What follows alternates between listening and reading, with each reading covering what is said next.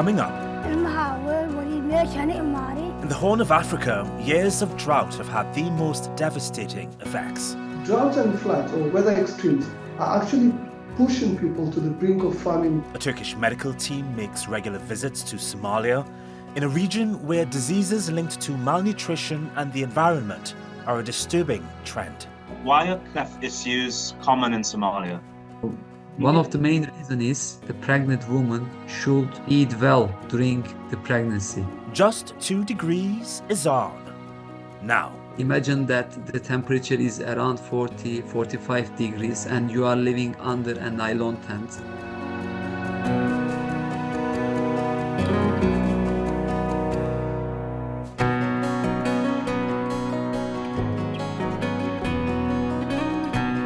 I want to start this episode with Shukri Osman Muse. She's 25 years old and is making waves as Somalia's first female equestrian. The report I saw described her as a strange sight, all dressed in black, wearing a cowboy hat and mounted on a horse as it trotted across among tuk-tuks in Mogadishu. I bring this up because there's so much we still don't know about Somalia, like how this East African country, for example, is confronted and deals with changes in the environment.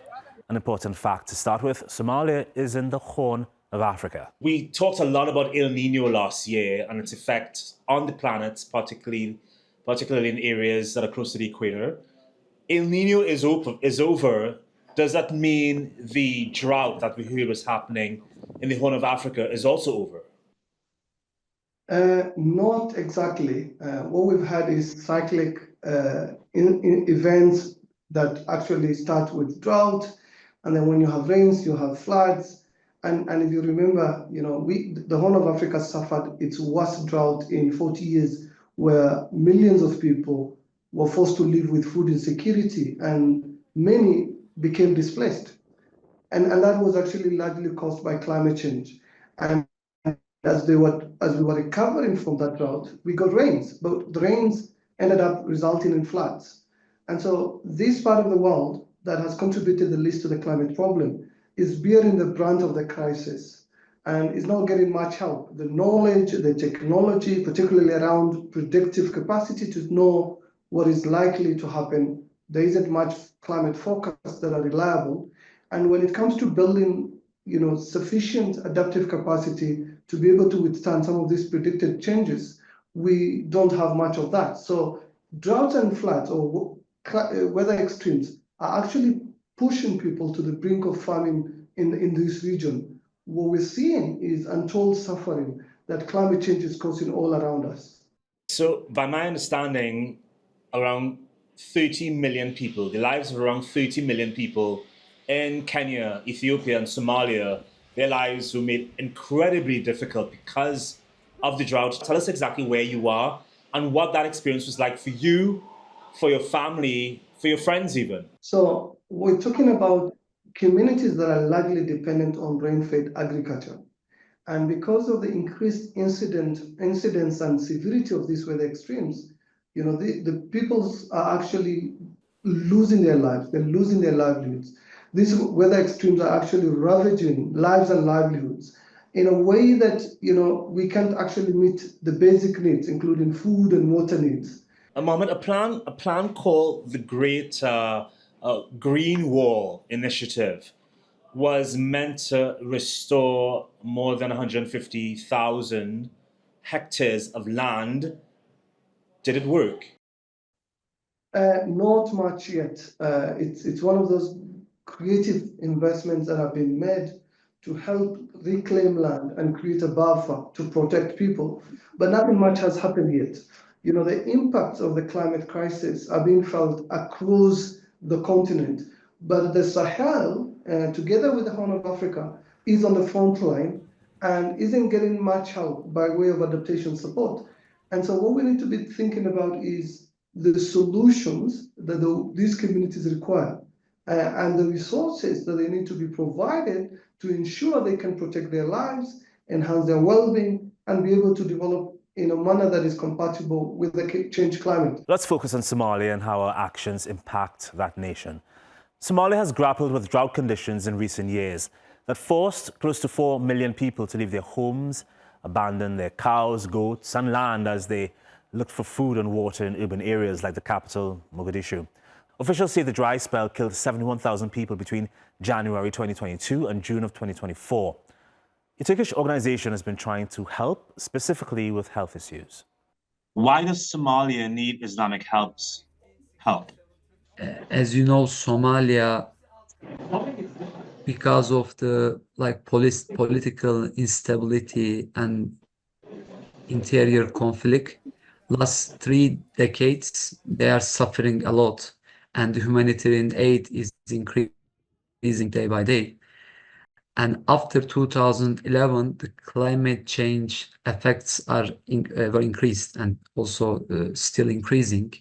One of the biggest drought crises happened in Somalia after 2011, and more than 250,000 people lost their lives. And the need is huge in Somalia in different fields, like wash, like shelter, like education, and also health. Why are there so many people internally displaced in Somalia? Most of the people, I can say 80% of them, they fled to Mogadishu because of the climate change effects. Most of them, they were doing some like agriculture, some livestock to afford their lives, to meet their basic needs. But after the long drought, they lost everything. So things are better in Mogadishu. Compared to the rural areas like Puntland, like we can say Galmudug, and the rural areas, of course, things are better because at least some aid can reach to these IDP camps. So people went there. But what happened after that? After three or four seasons, there was no even a rain. I have to say this sincerely, that I have never seen anything as bad as these IDP camps. And imagine having to live 6, 7 person in a tent where and even one person cannot feed. Imagine that the temperature is around 40, 45 degrees and you are living under a nylon tent. It is worse than like Syria, worse than Bangladesh, Rohingya, worse than maybe Sudan, Afghanistan. I also been those countries. And so these people living in such close proximity together in tents under insufferable heat. This is all because of the drought that's been happening there.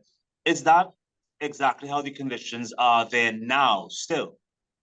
Yes, still, they are living under the same conditions, and they cannot reach the basic things like health, like education, wash. They cannot reach these things. So you go in there with Islamic help and you Yes. assess what people's needs are. You help them with those immediate needs. But I guess, is there anything that Islamic help does, or from what you've seen the UN is doing, to help these people in the long term? Because if you're giving them food and water, that's short-term assistance.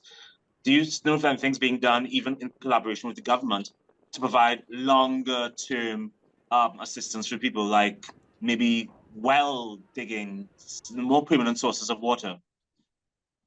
Yes. We have visited many IDP camps, and as you said, in the short term, the best thing is to give at least a food to feed them.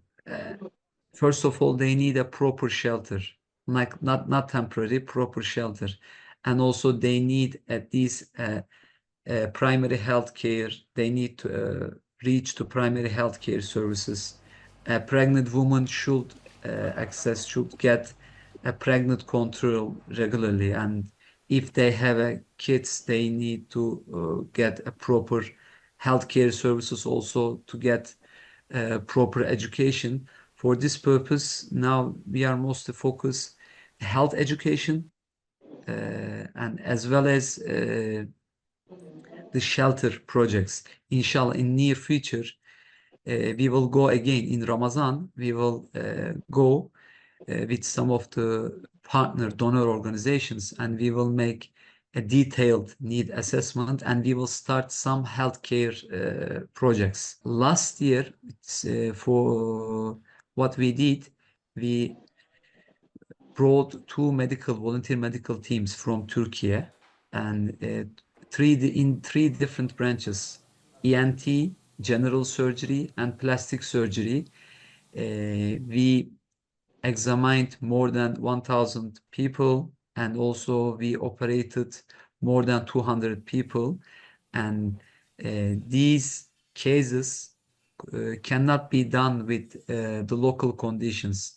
There is no enough equipment. There is no doctor, surgeon with enough experience. And the doctors which we brought there as a volunteer, they are well educated, well trained, and for example, we did some head and neck tumors, and also cleft lip and palate. It's very common in Somalia.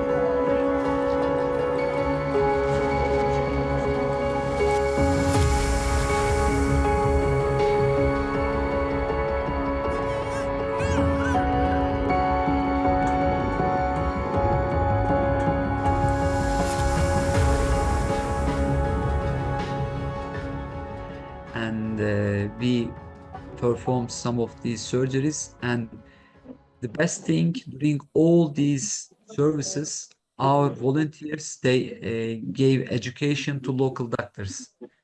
And next time when we go, this is a long-term project. Next time we go, we will continue, and what we target, we want them to make these operations themselves.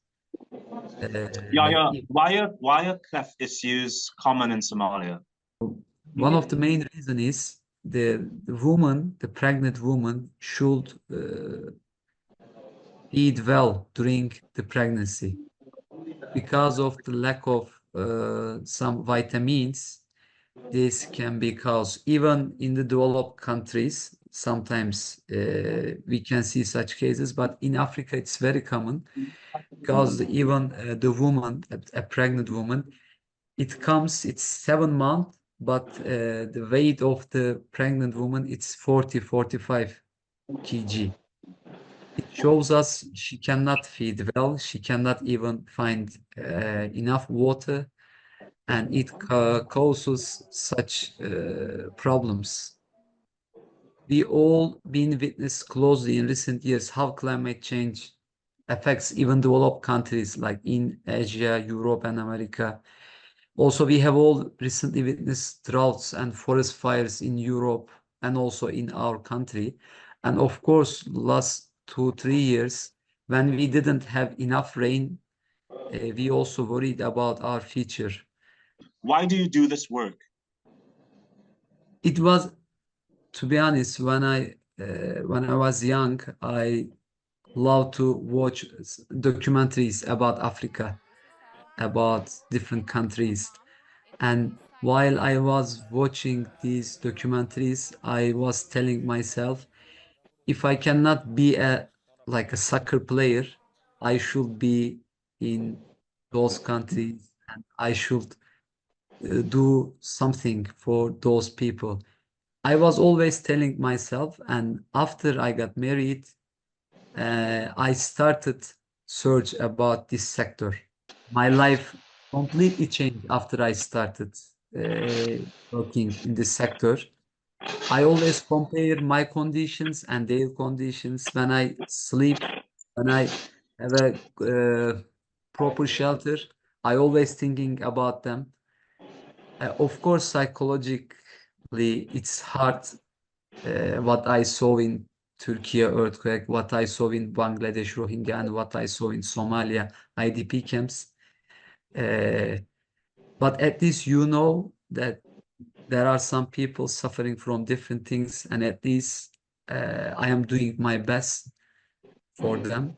Meanwhile, Somalia has been trying to keep up and make its own contribution to the global mission against environmental damage. In October, the government introduced a ban on single-use plastics, but implementing it hasn't been easy. Reactions in Mogadishu have been divided. Some people welcome the ban. Others say more eco-friendly options are needed before they can join the cause.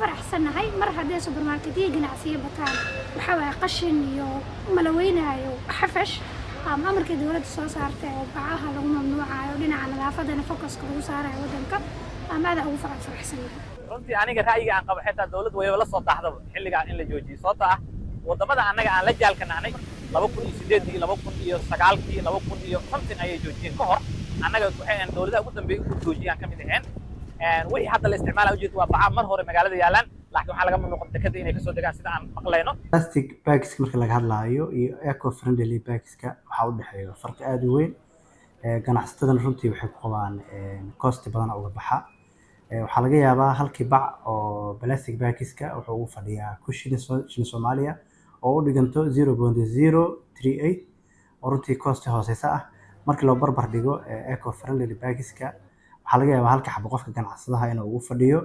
0.15 oo runtii lacag aad u badan oo afar jibaarba marka hadda bacda la joojiyo waxa waaye in wadanka ay bac soo galin laakiin bacda gudaha dadka inay isticmaali karaan qaabkay ka tagi karaan way ka tagi karaan waayo bac wadanka taalo waa qasab qofkii inuu isticmaalaa dadka qaarna qarash iyo dhaqaale iyo howlaha ka galay marka bacaha hadda dalka jooga waa la isticmaali karaa laakiin bac wadanka inay soo gali karin sharci waxaa la sameeyay ilaalinta deegaanka dadkana waxaa la rabaa inay u hoggaansamaan inta aad bac isticmaal lahayd inaad isticmaasho agabka deegaanka ku saaxiibka adigoo badbaadinaysa deegaanka iyo jiilka soo socda dareemayna hadda waxaa la bacdi lagu bedel lahay barayskooda inuu aad u badan yahay marka in la helo wax ka qiimo jaban bacdii hore amba inay ugu yaraan la qiimo ekaato si ay u suuro gasho in la helo bedelka bacdi ay u shaqaysan People who take part in beach cleanups or those who own small businesses that use thrown out items to make new products could be at the heart of the world recycling system. These people account for the collection of about 60% of plastic waste, according to the World Economic Forum. I think Ocean Bottle can be considered one of those businesses. The British company says it creates durable bottles from recycled waste, sells them, then uses part of the funds to hire people in the global south to collect more trash. I called up one of the founders of Ocean Plastic for a chat. From your perspective at Ocean Bottle, how bad is the problem? I mean, that's a great first question. I think the problem is one that is getting way faster than it's ever got before. The rate of flow of plastic is set to triple within the next 10 to 20 years. And the amount of plastic in the ocean is set to quadruple by 2040. So, you know, in the media, we hear people and organizations and companies banning things like plastic straw and plastic bags. And we feel like there's real momentum behind ending plastic and it reaching the ocean. But that couldn't be further from the truth. We need a huge concerted effort across the world to really address what's going on. And we're behind schedule on that. And we really need to pick things up in a big way. To really make sure the plastic stops flowing into the ocean. So you guys sell bottles that are made from recycled material. What recycled materials are they made from, and where are they made, I guess? Yeah, so this is the Ocean Bottle. Each bottle sold funds collection of 1,000 plastic bottles in weight. So we have a two-pronged sustainability and impact journey. One is around the funding of the plastic collection, and one is around the sustainable materials that we use for the product. And the product is insulated stainless steel, and that stainless steel is recycled. We were one of the first bottle companies to use up to 90% recycled material in the product, and it's also there is a recycled ocean-bound plastic material used in the product as well. So your website says Ocean Bottle charges around £40, I think, for an engraved 3-in-1 bottle. I didn't check the prices for the other products that you sell. So I'm concerned about how much of that money, of those £40 for one bottle, does a person collecting plastic in, say, Brazil, Indonesia, India, even Egypt, receive from that amount of money? So, well, we have two commitments as a business. One is that 1,000 plastic bottles for every bottle sold, and the other is that we give 15% of our revenue to plastic collection.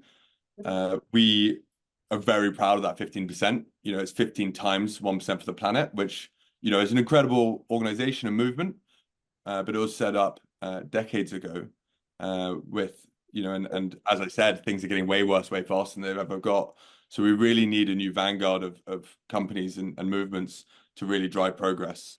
And we wanted to create this business and to showcase how much really could be put towards impact if done right. And so we made that 15% commitment. Your company talks a bit about ethical consumerism. I mean, consumerism by itself is quite rooted in capitalism, which some people would argue at its core privatizes profits over people. So how does Ocean Bottle improve the lives of the people that it pays to collect plastics?